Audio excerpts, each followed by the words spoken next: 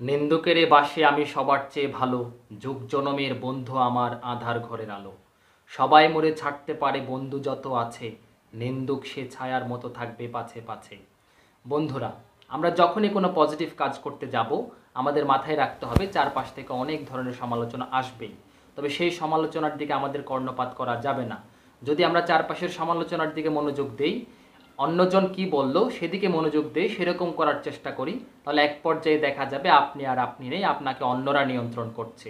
তাই অবশ্যই আপনি আপনার পজিটিভ কাজের দিকে এগিয়ে যাবার জন্য, লক্ষ্যে পৌঁছানোর জন্য অবশ্যই ভালো কাজগুলো চালিয়ে যান, প্রচেষ্টা চালিয়ে যান।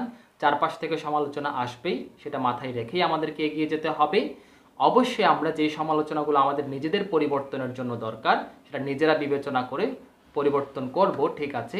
বাট যদি আমরা চারিপাশের সমালোচনার কারণে নিজেদের কাজ করা বন্ধ করে দেই, শুরু করতে না পারি, যদি বারবার বাধাগ্রস্ত হই, বাধা পাই, যদি থেমে যাই, তাহলে কিন্তু আমরা সামনের দিকে এগোতে পারবো না। ওই যে কবি বলল, করিতে পারি না কাজ, সদা ভয় সদা লাজ, সংশয়ে সংকল্প সদা টলে। যদি আমরা চারপাশের গুঞ্জনের কারণে, পাছে লোকে কিছু বলে, এই কথাটার কারণে যদি আমরা আমাদের কাজ করা বন্ধ করে দেই, তাহলে আমরা কখনোই সামনের দিকে এগোতে পারবো না। তাই আমি বলবো আপনাদের, যে কোনো পজিটিভ কাজ করবার জন্য অবশ্যই আমরা নিজ উদ্যোগে নিজ থেকেই প্রচেষ্টা চালিয়ে যাব।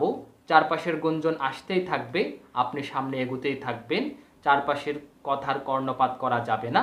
আমরা আমাদের পজিটিভ কাজ চালিয়ে যাব, অবশ্যই আমরা সফলতায় পৌঁছাবো ইনশাআল্লাহ।